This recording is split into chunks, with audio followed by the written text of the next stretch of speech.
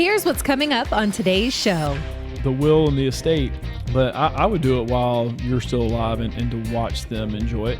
That's a blessing you're giving them, but do it while you're alive and watch them enjoy it. Welcome to the Perfect Game Retirement Podcast with former professional baseball player and now financial coach at Black Oak Asset Management, Ryan Ledman. This show will help you make the right financial decisions so you can pitch a perfect game in retirement. Here's the windup and the delivery. Welcome into Perfect Game Retirement. Glad to have you on the show today. This is not a topic, I think, that you would expect a financial advisor to talk about, but we've got a little counterintuitive advice for you today. Why you should not invest in a 401k, Ryan. We're not saying that's definitely what you shouldn't do, but we're going to kind of play devil's advocate a bit today. Yeah, maybe it's a little bit of clickbait where people are like, "What in the world?" So maybe they'll click on it like every other headline that tries to lure you into to clicking on it. But I mean, I do think there are some reasons why you should not. It doesn't mean you shouldn't invest, but yeah, we'll get into details on that. Yeah, we'll have reasons for why you should not, and we'll explain those here in the course of the show. But it's not like, Ryan, we're saying, hey, you should carry a bunch of debt in retirement. Like, it's not like there are reasons here. It's not just something to grab your attention. But we're glad it did, and we're glad you're here on the show today. Ryan, how's everything else going for you? Yeah, good. I mean, summer's winding down, and at the recording of this podcast, we're still not close to school starting, but hopefully by the time this is airing, we'll be out in Oregon at the national track meet for my son. That's at the end of July, so fingers crossed he'll make that like he did last year and see how he does. But even if he doesn't, we're still going to go out there because I would love to see University of Oregon. That track meet's going to be awesome anyway, so it'll be cool for him to watch. But Nike being out there, I've just never been to that part of the country, seeing the coast out there. So it'll be a cool trip. And even my son was like, well, what if I don't make it? I'm like, it's fine, son. We're still going to go. Maybe some of your teammates will be there. We'll go support them. But I just didn't want him to think we have a whole lot of pressure on him to make it just so we're going. But it takes a lot of planning on that stuff. So we just went ahead and planned that stuff out. So hopefully he's going. Yeah, hopefully he is. And looking forward to another update from you on that, and hopefully he continues to have a lot of success as he maybe carves his own path. It could be. I love it, man. Do it because he wants to, not because I played a different sport, but it tracks definitely up there. It's ahead of baseball. Yeah, for sure. All right. Well, again, today is a little bit of a different approach to what we usually talk about. But we want to explain why a 401k, and it is a great investment vehicle for many people. It's the best way to save for retirement. It's got so many benefits, tax advantages, and you can get a good return on your contributions over time as well. But it may not always be the optimal choice. With everything in financial planning, there are tons of tools that might be great for someone and not for you, and vice versa. So you want to understand exactly what you're getting into and if it is the best fit for you today. So we're going to take a different approach in the 401k and talk about why you might not want to invest in this. So we got 7 different reasons here, Ryan. We'll talk through them. Let's start off with one that seems pretty clear. If you don't have an emergency fund, maybe it's best to pull some of that money that you would put in a 401k and start there. Yeah, I mean, obviously being Ramsey Advisors, I mean, he's big on the emergency fund and having that in place. And you'll get a lot of people arguing that, I'm missing out on the match and that compounding interest, and is going to be worth a whole lot more one day. Yeah, I know it's math. I get it. I can do math. I understand the concept of compound interest and quote unquote free money from your employer. But I did read a stat the other day about if somebody had a emergency larger than $500, that most Americans would have to put it on their credit card. That's sad to me that you can't cover a $500 quote unquote emergency or something that's not in the budget. So having an emergency fund, it makes life a little bit less stressful, less paycheck to paycheck. And then when you do have those things that happen, you have the money there to pay for it and just replenish it. So I understand where people are coming from, but you definitely got to have some sort of emergency fund in place before you do that 401k. And how much, remind me, what is your kind of general guidance in terms of emergency fund, in terms of how much you want to save? Yeah, a lot depends on family structure as far as if you're single or if you're married. Obviously single, I would be more on the 6-month side of expenses. If you're married and you have 2 incomes, okay, maybe more along the 3-month side. Okay. Now it depends if there's a huge disparity in income. If there is a huge disparity between one spouse and the other, okay, maybe you go more toward, the 6-month side, but, and then maybe if you have a stay-at-home parent, I'd probably be closer to the 6-month side of expenses. So it kind of varies. It ranges in there, but job security is another thing in there. If you're a teacher or, those pretty high retention rates. So you may not need a 6-month emergency fund. So if you're a high commission, high quota person, then okay, you may want to be more on the 6-month side of things. All right, here's another one, and I'm curious to kind of get your thoughts on this one. But the reason being, if your employer doesn't match contributions, maybe you don't want to put money into a 401k. Now, is that just altogether, or is that more you don't want to go beyond maybe what the employer match is, or if it doesn't have one, what are you considering there? Yeah, and this is not too uncommon. There's a lot of expenses since COVID that businesses can cut out, and matching contributions are some of them. So if they don't have a match, there's a lot of caveats here. I'm not saying not to invest in the 401k. A lot depends on your investment options. If they do have a match, it's a no-brainer. I mean, it's not wise if you don't at least go up to what the employer match is. So if the employer match is 4%, if you put in 5, put in 5. I mean, get the full match. That is free money, quote unquote. As long as you show up and stay there for a while, that money's yours, and the employer puts it on your behalf. So if they don't have a match, it depends on the plan. It depends on the investment selections. I've seen great plans. I've seen terrible plans. Even huge employers that you think their 401k plan would be great is not. I've seen bad ones out there with the investment selection. So a lot of that depends. One area where I fully endorse people to contribute to a 401k who don't have a match are people who have access to a Roth 401k, especially if you're over the income thresholds of contributing to a Roth IRA. Roth IRA, there's income thresholds. You make too much money, you can't put money in.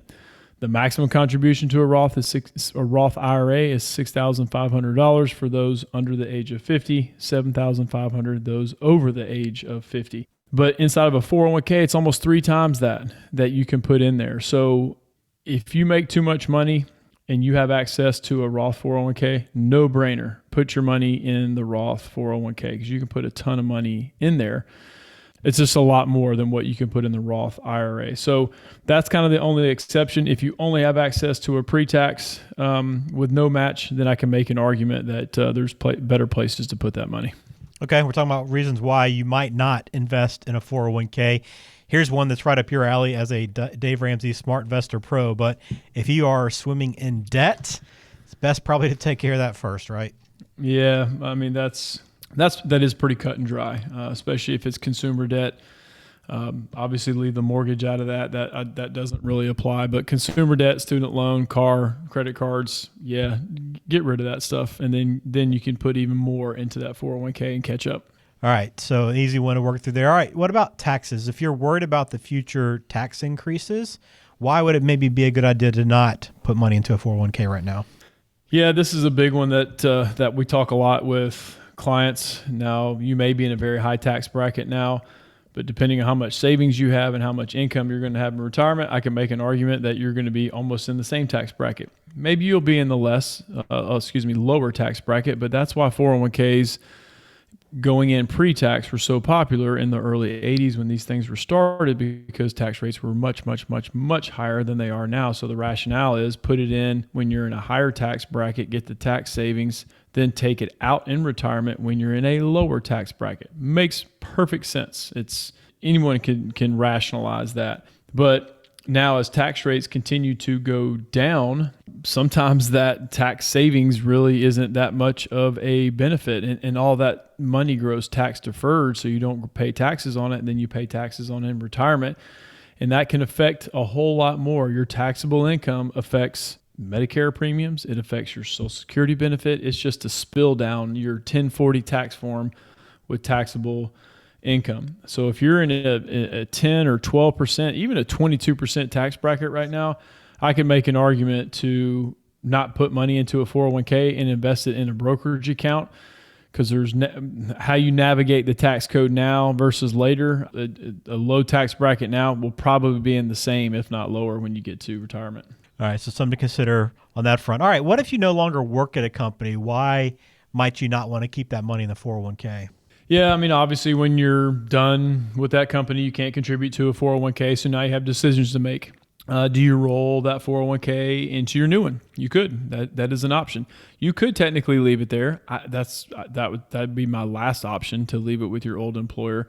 So my opinion, it would be either to roll it into the new plan or roll it to an IRA. That's pretty much an easy choice, but just trying to track down, because the problem is with an old 401k, it's with your old employer. You can keep it there if you want to, if the account balance is high enough. If your account balance is low, they usually want you out of there, and they'll send you information on how to roll this over somewhere else. But I've seen it so many times that companies change providers, they get bought out, and then going back and tracking that down. You move and you don't get current statements. You don't update that stuff. It's a disaster. So if you have an old 401k, 99 times out of 100, roll it into the new one or roll it over to a rollover IRA. It just makes so much more sense. You'll keep track of it. God forbid something happens to you, so much easier to track that down for the people that you leave behind. All right, a couple more reasons why you might not want to invest in a 401k.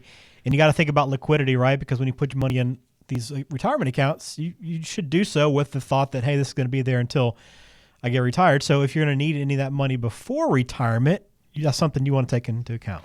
Yes, and that's kind of from my previous point on number 4, talking about if future tax rates go up. But saving in a after-tax brokerage account, whether it's titled in your name or jointly titled with you and your spouse, that's an account that you can access at any time.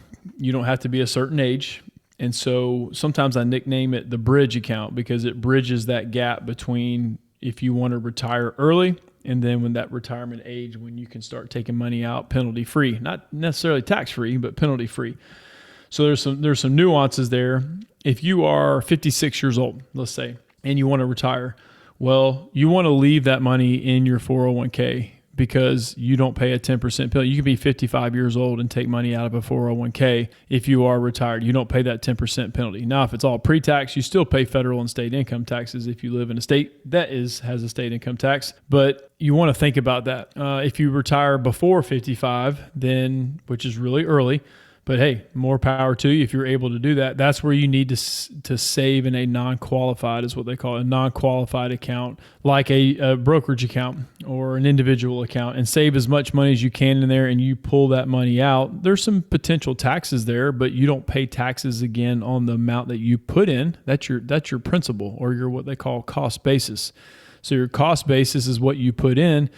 Anything over that, depending on how long you've had the investment, you could pay short-term or long-term capital gains. Long-term capital gains are much more tax efficient than short-term capital gains, and there's ways to control that. But that's how you take that money out until you get to age of 55 if the money's still in a 401k. Or if it's in IRAs, you can take that money out at 59 and a half. All right, last one here, Ryan, is if you have concerns about the structure of the plan, so flexibility, investment options, fees, expenses, then maybe you shouldn't invest. But I think it's a great reason, right? But I don't know, do a lot of people look that closely at that, or just, because to me, I always just assumed, oh, the 401k is there by my employer, it must be good, I'm going to start putting money into it. No, that's a great point. So no, to answer your question, no, most people don't comb through the plan document or the plan summary. That's kind of my job. We have to look at plan summaries and plan documents. Most people don't even know those documents exist. It's basically the plan document is a very lengthy document explaining the plan in its entirety. So you want to take a look at that. You want to see kind of the nuances of the plan. You want to see the investment options. You want to see the internal fees that are being paid, because there's fees there. There's a record keeper who holds the money. There's probably an advisor on the account, and then you have a third-party administrator. So there's internal expenses going on. A lot of times people just don't know what those are.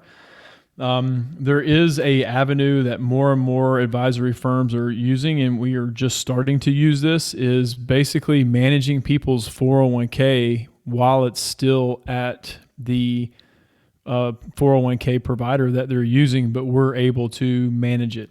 I'm not going to go into the nuances of that, but there's kind of a backdoor way that you can contribute to a 401k and then have different investment options. and have our firm basically manage that. So that's a pretty new phenomenon, if you will. And if some plans don't need it, but some plans you take a look at and say, oh gosh, well, we can do this, for a relatively same cost, and then have more investment options. So that could be a thing moving forward. We just kind of signed on to do that. But it could be an option if a plan is really bad and they have that ability for us to manage that for them. All right. Well, very good. Kind of look at what the 401k could do for you, but also maybe not benefit you as much. But again, before you decide anything, it's always great to have a plan, think through and have a reason for what you're doing, what you're investing in, what you're not, and make sure you understand everything about where your money's going. Again, if you haven't done that or want to get more insight from Ryan, you can schedule your Retirement Coach 360 session online right now. Just visit blackoakam.com, or you can call 470-508-0508. Got a couple of questions to run by you today here on the podcast, Ryan. First one I've got from Doug. I just got a raise at work, which is great. Only downside is that I now make too much money to put into my Roth this year. I liked having that tax-free growth in the Roth, but now that's off the table. Where should I invest this money instead? Great question, Doug, and it kind of touches on a point that we talked about earlier.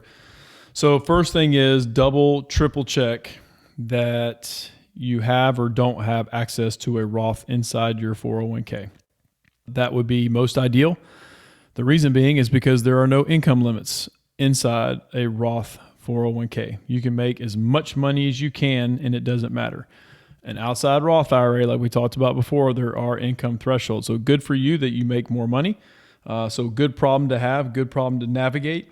So Roth 401k is the first option. Second option, you probably heard of a term, Doug, called a backdoor Roth. Now, there's some nuances here, but let me talk about it at high level. If you do not have a traditional IRA or a rollover IRA with any money in it, what you want to do is open a traditional IRA. What you can do is you can put the maximum contribution inside that account. If there's no money in there, so put in $6,500 in there, depending on how old you are, Doug. You can put $6,500 in there and then do a quote unquote backdoor Roth. It goes from the traditional, because it's non-deductible because you make too much money. It goes from the traditional and then it goes immediately to the Roth. And you can do that penalty-free, tax-free. Now, if you already have an IRA or a traditional IRA or rollover IRA, it's not that clean and easy. You can still do it.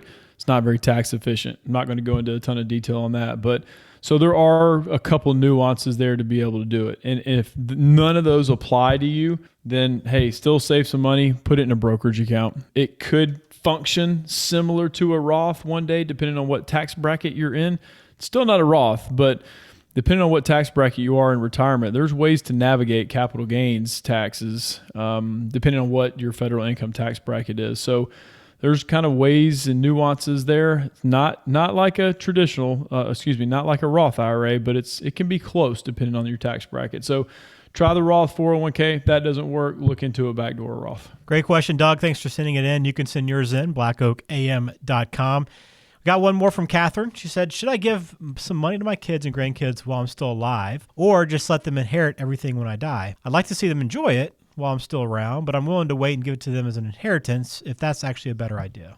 No, go with your gut, Catherine. Give it away while you're alive. I mean, that's what I would do. I can kind of put myself in your shoes, and because you can, I mean, once you gift it, it's theirs. But you can somewhat control that to some degree. You can kind of put parameters on it if you want. Depends on how you handle that situation. But I think giving away money while you're alive, because I've seen people spend inheritance money and it's the quickest dollar ever spent for some people. And it's spent on things like, really? This person saved their entire life. Now it's your money. I mean, that's the request of the will and the estate. But I would do it while you're still alive and to watch them enjoy it. And I bet you, Catherine, you're still going to have money left over that they can have in an inheritance as well. So that's a blessing you're giving them. But do it while you're alive and watch them enjoy it. Thanks for that question, Catherine. Great to be thinking about that right now as well. All right. We'll close out that mailbag now, and if you have something for us, we'd love to hear from you. But if you want to call Ryan directly, also encourage you to do that at 470-508-0508. But as always, the easiest way to do so is just log on blackoakam.com and schedule that Retirement Coach 360 session online now. All right, Ryan, always a pleasure talking to you, and I love the different approach to this 401k because everybody assumes it's the perfect way to save for retirement, but there's reasons why you might not. So hopefully if anybody has questions, they'll reach out, and we'll talk again soon. All right.